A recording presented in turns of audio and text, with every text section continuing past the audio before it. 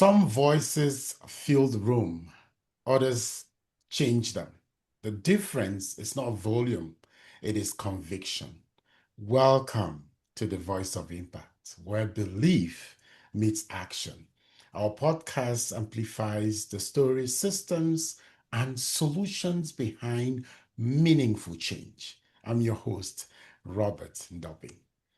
Today's conversation is about your voice, not just having one, but using it with clarity, confidence, and conviction when it matters the most. Because in rooms where decisions are made, opportunities are created, and leadership is tested, how you show up can change everything. My guest today is Renee Jackson-Smith, founder of Soar to Win and the creator of Unmute Your Power, a transformative approach designed to help high-performing leaders step fully into their true voice and influence. With over 3 decades of leadership and talent experience, Renee has built her work around a critical challenge many leaders face: over editing, over explaining, and shrinking in high stakes environments. Through her coaching and consulting, she helps leaders show up as the strategic voice people can trust, especially in moments that matters most. Key meetings, leadership transitions, promotion, and high visibility opportunities. Renee is an ICF certified coach, a positive intelligence coach, and an energy leadership index master practitioner. Her approach blends mindset, energy, and practical communication strategies, equipping leaders to lead with clarity, calm, confidence, and decision ready in their language without performing or seeking approval. At the core of our work is a powerful mission to help leaders stop holding back and start showing up fully. Renee, it's a pleasure to welcome you today on the Voice of Impact. Thank you so much. Glad to be here. So before we start, and before we get into all of the work you've done with Unmute Your Power, helping leaders with their voice, I'd love to start with you. What experiences shaped your understanding of the voice, confidence, and leadership, and also brought you into this work? A great question. I would say that most of my career, I spent waiting to be discovered, sitting in rooms, wanting the spotlight, wanting to be noticed and discovered, almost kind of like if you've heard of Star Search or America's Got Talent, and imagine someone sitting in a cube or working with their head down, doing all of the right things, having the right credentials, but waiting for somebody to discover and notice you. And then when you do get the opportunity, you hide from it and you shrink. And that's what was a defining moment for me. I wondered, why did I do that? What was causing me to want to be in the room, have the skills, the credentials, and all of that to be there? But there was something that wouldn't allow me to show up in the way that I knew that I could. And I spent most of my career doing that. And then there was a moment that said, hey, is this the legacy that you want to be remembered for? And that's where I started to feel this misalignment. Like, I want more, but I'm not sure what that looks like. And so I did the path of what many leaders do. Oh, I'll get another credential. I'll get another certificate. I'll get another degree. And you start collecting things. And those collection of things are impressive. And, it looks like a nice long of alphabet letters after your name, but it still doesn't change your mindset. It's still not going to change if you don't recognize your value and your worth. No one else will. And so then I thought, oh, well, I'll raise my hand for every opportunity and I'll take on and I'll do this and I'll do that. And who wouldn't say yes to somebody volunteering and getting things done for them? At one point, I found myself having doing the work of six different people because I wanted to get recognized, to get noticed. And yeah, I got noticed and I was known as the GSD, the get stuff done girl. And you can replace that stuff with any other word that you'd like, but we'll keep it clean. And that was the legacy. So I was a taskmaster. And in my mind, I thought, well, this is still not enough for someone to notice me. Again, waiting for someone to say, you have value, you have worth. And then that wake up call when it took an impact on my health. And I thought, yeah, no, this is not something that I'm proud of. This is not something that's sustainable. And I don't want this to be my legacy. And at that point, I knew that if I want something, I have to take ownership and responsibility. And it was then I knew my value. I didn't require permission for someone to tell me that I was valuable because I saw my valuable. If I, as one person, can do the work of six people and do it well, I absolutely have value. And that's when I started to recognize not an ego from an egotistical way, but understanding that my worth and my value were tied to how I saw myself. And that's when I started to work on the confidence internally. But then I also noticed people around me, other leaders, and I was thinking, wow, is that how I was showing up? And I was noticing some of those same patterns of people having the right credentials, having the right degrees and the skill set, but shrinking in the moment or something that was keeping them from stepping into their full potential. And that's what inspired me to how can I help? How can I help others reach their potential? How can I help them achieve success and not duplicate the mistakes that I made? I can't go back, but I'm using those lessons to go forward and to help others. And that's what inspires me every day of what can I learn and what can I do to serve and help someone to achieve their goals. What a beautiful story. Um, I just want to touch on something. Let's say somebody listening to this podcast wants to understand the word you just used, the leadership shrinking. Can you just break down a little bit just so that somebody can really get it? Yes. So when I mention shrinking, shrinking means that you're not hiding under a table, but you're minimizing your voice and value. It means showing up in a meeting. It means showing up with a voice, but not using the voice. You don't want to rock the boat. So you stay silent. You say yes to things that you don't agree with, and that could be costly. So that shrinking voice is not doing justice or value to anyone. And it doesn't mean being the loudest person in the room. It means basically using your voice so that your voice matches your value. As leaders, when you walk into a room, your mindset should be how am I going to elevate the atmosphere? Because your presence should always elevate others, as well as you want to be in a room where people who can elevate you. And so it's that giving and receiving. But if we're shrinking, we're robbing somebody of our voice that can make an impact and make a difference. What a beautiful explanation. Uh, your work as a whole, speaks to leaders over editing, over explaining, the shrinking, which you just explained, in important moments. Why do some capable leaders hold themselves back? I mean, when it matters most. Learned behavior.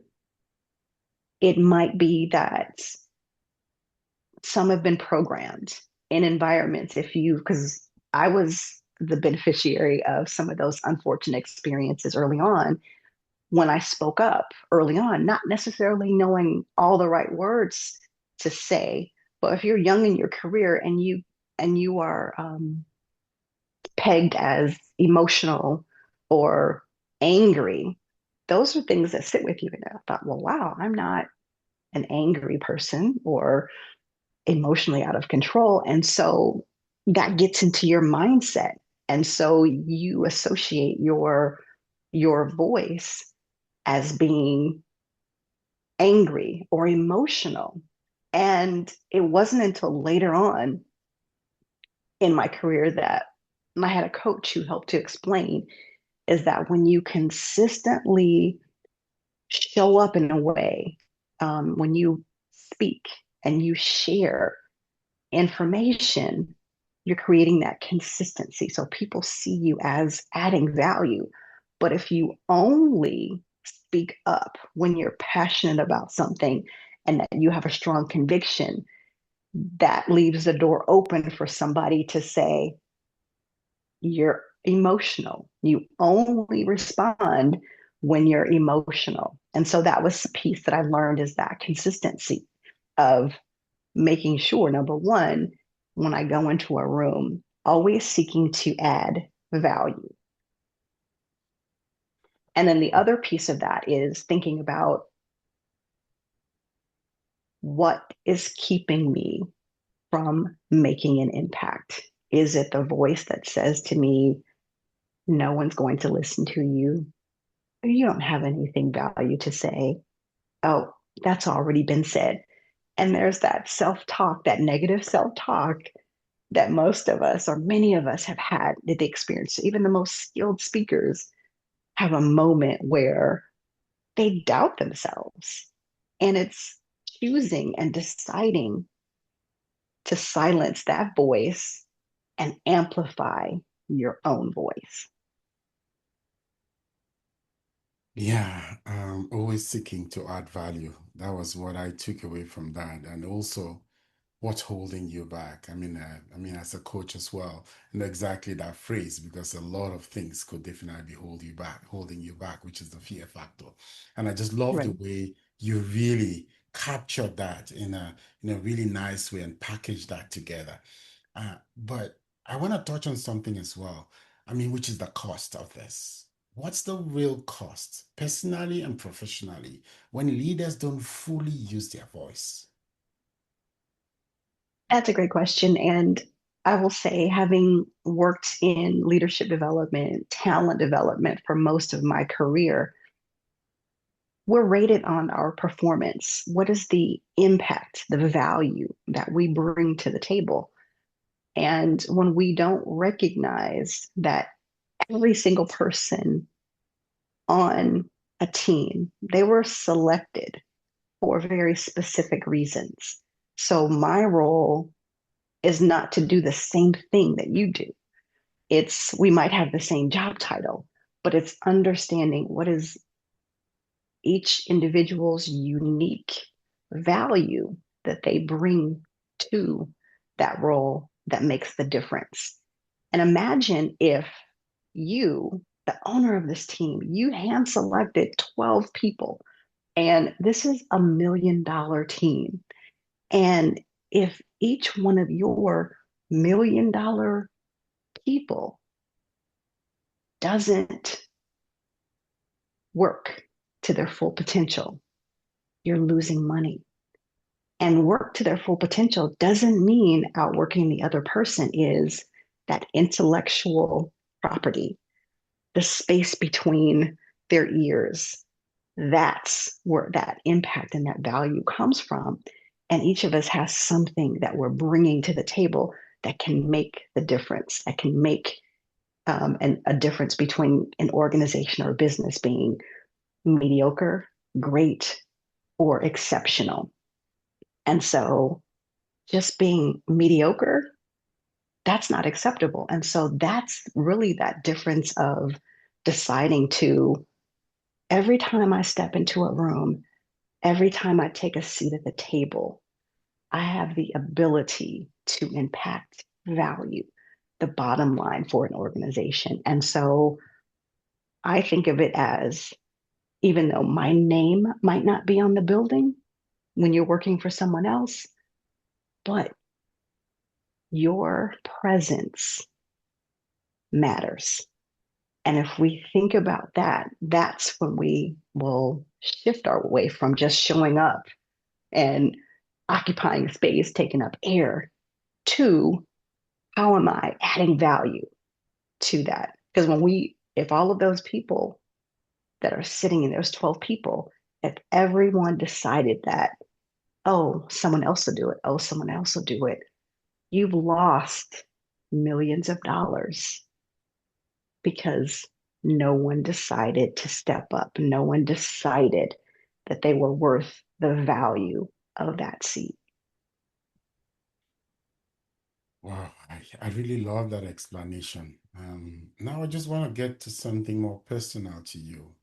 You created Unmute Your Power to help leaders show up differently.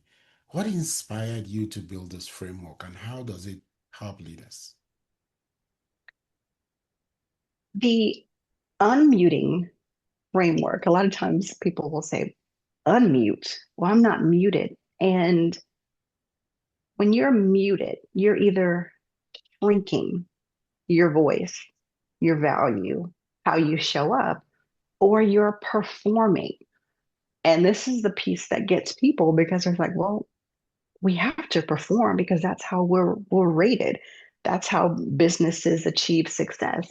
When you're performing for approval, that's what's costing money because now you're not showing up with your true essence. You're not operating with your full potential.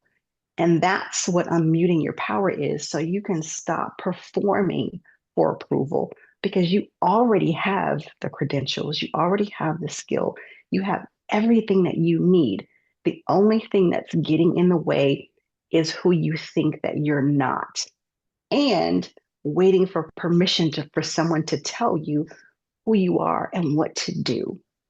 And that's encouraging leaders to move from waiting for approval to taking ownership and leading. And that's where that message comes from leaders is we're working on that mindset first. What you think, how you think, and how you apply that, that's the foundational piece of it. There are a lot of leadership strategies, but when you talk about your presence and your power, it doesn't come from volume. It comes from how you show up, the impact that you make. And we're helping leaders to find what is that unique recipe and value that you bring to the table. Because if I'm performing for a room who I think you want me to be or who I think I need to be, you don't know who I am at all because you see me in different ways. And that's causing confusion. Speaking from one who knew very well to be the chameleon in the room, I can be whoever or what you need me to be in that moment, doing a disservice to myself and an organization because they don't know who you are. And so it's helping leaders to step into those rooms with power and presence. And it doesn't always look the same. Power and presence is going to look different for men. It's going to look different for women. It's also going to look different culturally. And it's teaching leaders how to find their unique way of showing up, but then also helping those organizations recognize those uniqueness. We say we want diversity and we want all of these pieces, but do we really? And so owning that and saying, if you want diversity of thought, it's going to look different. It's going to come in a different package. The way your presence shows up in a room is going to be completely different than mine. It doesn't mean the one is better than the other. It's understanding and recognizing those unique skills and talents for the organization, but also helping leaders to communicate And so their voice matches the value they bring to the organization. Power and presence, and how that is different between different demographics. I love it. I mean, I just want to tap into experience in performing, which you touched earlier. What, in your opinion, shifts in a leader when they stop performing for approval and start communicating with clarity and confidence?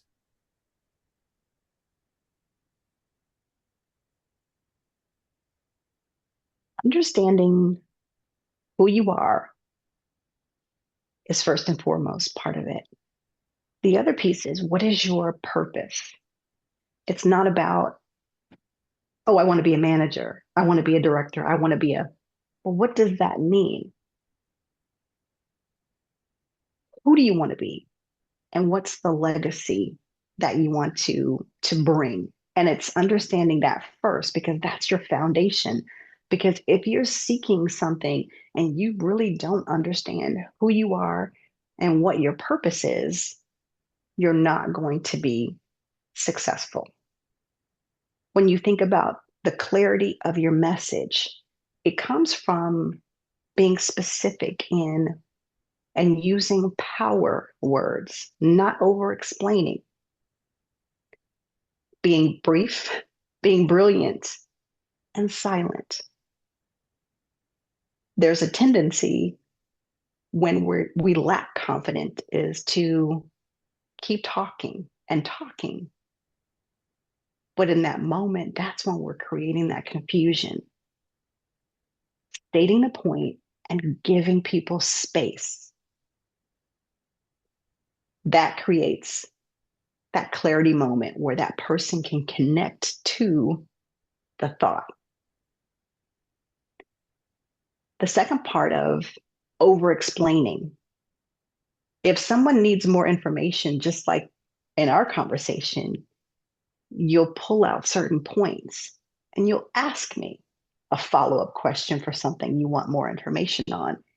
And so, as we lead with confidence, we're not over explaining because we're being clear and brief in our explanation and giving the other person the opportunity to ask additional questions if they're needed. One of the biggest pieces that's difficult is people don't want to be mean or being perceived as a jerk. Because you're direct, concise, does not mean any of those things. It's your mindset. Clear is kind. Brene Brown says that. And when we're clear, it helps others connect.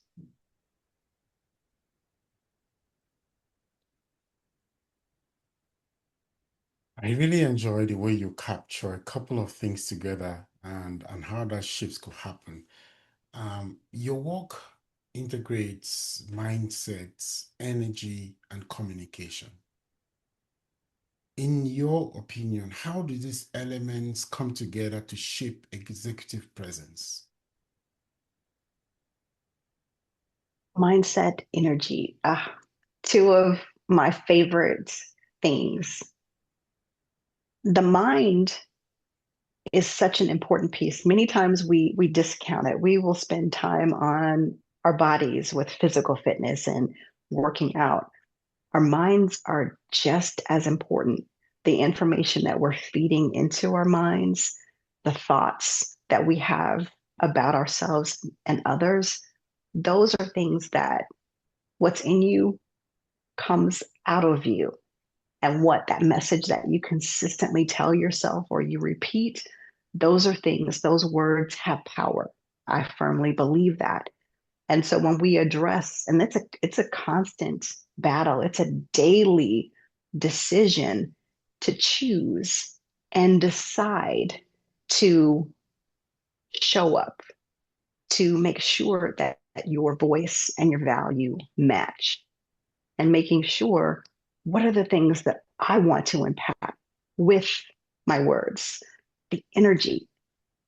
Energy is like time. We We only have so much time, but our energy we can be protective of. And we all have different levels of energy. And when you think about those things that excite you, they energize you, even when you're tired. And when we're doing things maybe that we're not so excited about, those things have a tendency to drain our energy. And so part of what I teach leaders is how do we maximize your energy? And sometimes it means focusing on those things that take the most energy from us and making sure that we're replenishing that. Often I find that leaders don't have time for rest or I don't have time for a break. Well, you don't have time not to because you might think working 14, 15 hours a day is getting things done, but slowly it's chipping away at your ability, your cognitive ability to be able to focus. When we don't take the time to focus, even think, we're just on automatic pilot, we're just doing things. Think about that investment. Think about how much money is being lost because we're not at our full potential, either mentally or physically. And so, energy is one of those things that we have the ability to manage and control, but our energy helps us to show up in a way that matches our value. We might think, oh, if I think these things, if I say these things, I can fool people. But eventually, there's going to be a misalignment between how you think you're showing up and how you're actually showing up. And that's what we address when we talk about the connection between your mental fitness, your mindset, and your energy. How are we leading with energy, which impacts your presence? Okay, you touched on that energy, maximizing the energy of leaders, which I really enjoy. I want to follow up with, in your opinion, does internal alignment play any role in how leaders show up externally? Yes, internal is alignment is everything. You notice that, well, I've noticed that sometimes in our career where there are certain times where we're energized. We might take on a new project and it just energizes you. The work might be hard and it's alignment with your values. It's alignment with what you enjoy doing. But then there might come a part where you've been in that role, or maybe it's things have shifted. The environment has shifted. And so now the environment may be a little bit different. The people that you're working with might be a little bit differently. And so as things shift, those things may cause your alignment to be misaligned. And when there's a misalignment, you start to feel it in your body. Like if you might feel it, some people might feel it in their stomach. I'm like, something just doesn't feel right. And consistently over time, you can't put your finger on it, but it just seems off. Or you might walk into a room or a space and it just doesn't feel right. There's just like an energy. And over time, those are signals. Those are signals from your body just saying, hey, something is off. And with that red flag or that notice, what is it? And that kind of sends information to yourself. Am I spiritually aligned? Is this in line with my purpose? Is it the environment? Or maybe mentally? Maybe it's cognitive overload. Or maybe it's that I'm a person who loves to work a lot with others. And now my environment's changing. And so it's causing you to think about which area of my life is not in alignment and to pay attention to it. Because when we ignore it, causes and impacts the way that we show up and our energy. Oh, I enjoy that explanation. And also, when you Think about leaders you've worked with. What separates those who are seen and heard from those who remain overlooked?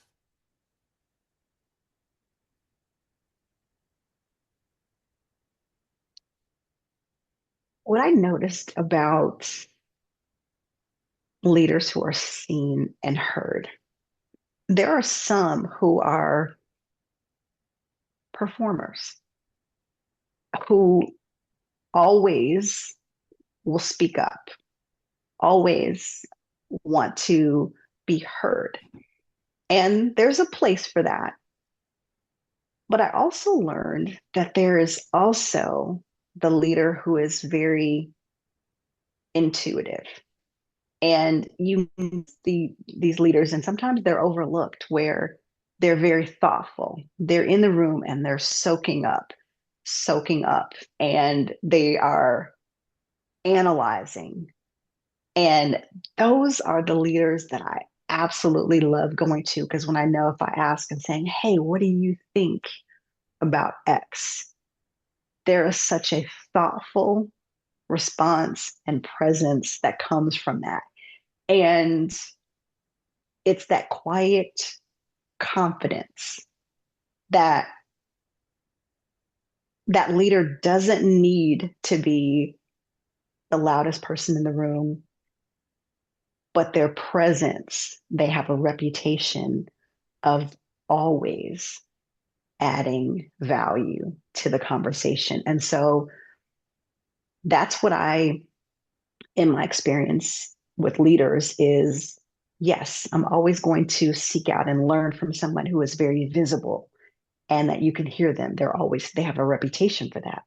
But I'm also seeking and watching who's maybe the quiet assassin in the room, because that's the person that I want to find out the information from, because it's going to be thoughtful. They're going to have processed it, and they are typically coming with the gems, those hidden gems. And so as leaders, you do not want to discount those individuals. And the more that we can pour into and recognize them, it's going to, it has a contagious effect, because that same presence of thoughtfulness and knowledge sharing, that is creating the conditions for others to be successful and to share those gems. Wow, I've just really enjoyed the way you've touched on different angles there. Um, Now, as we start to wrap up a few things here, I want to invite you to give a message to someone who is listening right now, someone who feel undervalued, someone who knows they have more to say, a leader who hasn't fully stepped into their voice yet. What would you say to that person? Leadership is not about the title. It's not about waiting to be discovered. It's not about someone saying who you are or who you're not. Leadership begins when you decide that you don't require permission and you're not waiting to be discovered. It begins when you decide, stop hiding and start owning your own value. It's a daily decision. There are moments where you'll doubt, am I meant to be here? Do I really have anything of value? But it's a daily decision, because each day is a gift. And by choosing not to share, by choosing not to engage, you are robbing someone of the gift of your presence, the gift of your knowledge, because we all have something valuable to bring to the table. Thank you so much for that. I believe somebody is listening and somebody has gotten a message for that. So, as we start to wrap things up, I will just share our Voice of Impact themes just so that you can choose two of the six themes that are on our web die. And I'm going to read them out just so that it makes it easier for you to choose because I don't think you can see everything on the die. It's make a difference, rebuild, overcome, stronger, peace, and patience. I repeat again, make a difference, rebuild, overcome, stronger, peace, and patience. So you can choose two, one that speaks to your own journey and another that speaks to a listener who is listening to us today. The first one that stands out to me was the make a difference. And that's always been my goal. When I get when I was in an organization, it was seeking to, I always want to make things better than I found them. And that's the goal each day, not about, okay, what can I get? Of course, you want to grow, but what can I do to leave a legacy that is better than I found it? And that's part of my purpose, how I live life. How can I make a difference today with what I'm doing? How can I make a difference each moment? And there was another one that I wanted that I missed. If you could hold it up for a second, I think the Yeah, I can die there just was read it just so that it makes it easier okay. for you. It's rebuild, overcome, stronger, peace, and patience. Those are the other five. Okay. Um, the next piece I think is overcome. And overcome is a story of, of resilience. It's we're all we all have experiences, we all have situations that may have been trauma for us. It's our ability to overcome those situations with resilience. And it doesn't mean to forget about those, but using that because the experiences that were trauma for me, that's going to be a gift for someone else. And so while I can't go back and change something, I can pay it forward. And so seeking every day is how can I help someone overcome, provide tools to overcome an obstacle or challenge, or even think differently about a situation to set them up for success. So making a difference every day is instinctively who I am and my mission every single moment that I am here. And overcome is we overcome every single day. We decide to show up. I love that. I love it. Especially the last one you mentioned, we overcome every single day we decide to show up. And you also mentioned resilience, really using our story to pay forward because our story can be able to help someone else. I love the word resilience. I've collaborated in two books on resilience, and resilience just speaks so much to my heart. And I believe it will likely be speaking to somebody listening to us Right. today as well. And so now, Renee, how can someone listening connect with you to learn more about your work, to be part of your programs? How can they connect with you? My website is SOAR, SOAR, the number two, WIN.com. You can also reach me on Facebook at Soar to Win or on Instagram, Soar to Win. I would love to have a conversation with you or even find me on LinkedIn. You can find me on Soar to Win or Renee Jackson-Smith. Would love to have a conversation with you, even have a coffee chat. So, whatever, and would love to work with you. Renee, thank you. Thank you very much for reminding us that our voice is not something we earn, but something we learn to trust. And, we shouldn't be overperforming, but we should, be ourselves, which is number one, and embrace some of that. And today's conversation reminds us that leadership is not just about what we know.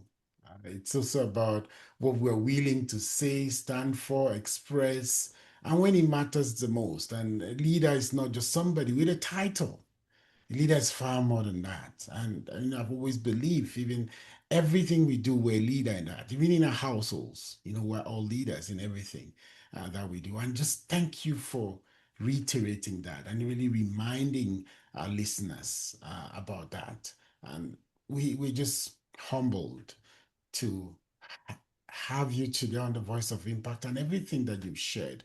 And I believe somebody must have taken something because we always speak to somebody. And if we have 10 somebodies that took something, it just makes a difference. And that's the impact that we always want to highlight on the Voice of Impact. To the person listening right now, you don't need to say more. You don't need to prove more. You simply need to stop holding back. That's the Renee spent some time really breaking down a couple of things, also linking that to the work that she's done. And she's giving her contact. Please reach out, even if it's just for a coffee chat to learn more about some of these things. And she said she's more than willing to chat with you, understand your needs, and just get to know you. Silence is expensive. It costs you influence, opportunity, and the leadership you were meant to step into.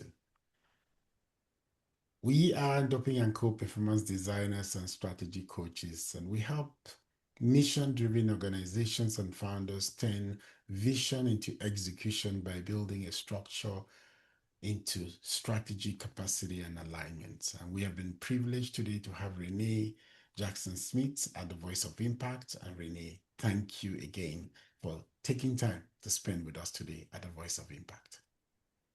Thank you for the opportunity. I've enjoyed our conversation and I appreciate the platform you provide.